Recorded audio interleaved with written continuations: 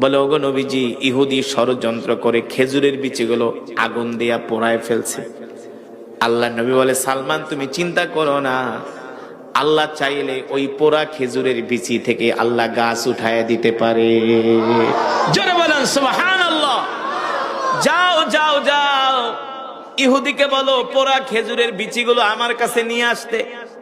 এবার ইহুদি মনে মনে ভাবে, মুহাম্মদ তোমাকে তো আমি চিনি, তোমার হাতে পোড়া খেজুরের বিচি গেল, এই বিচি থেকে গাছ উঠবেই উঠবে, কারণ তুমি দুনিয়ার কোন সাধারণ মানুষ নও, তুমি হলে আল্লাহর নবী, তুমি হলে আল্লাহর নবী, আমি ভালো করেই জানি তুমি আল্লাহর নবী।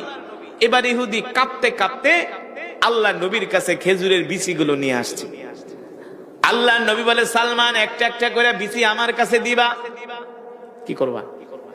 একটা একটা করে বিচি আমার কাছে দিবা, আর সাহাবীরা তোমরা গর্ত করো সিরিয়াল ধরে, কিন্তু পিছনের দিকে তাকাবা না, পিছনের দিকে তাকানো নিষেধ, পিছনের দিকে তাকাবা না, পিছনের দিকে তাকানো নিষেধ।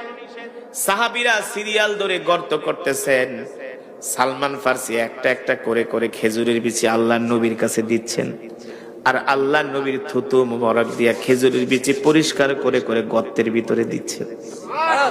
আমার নবী এমন বরকতের নবী, যেই নবীর কথা আল্লাহ কোরআনে বলেছেন, ওমা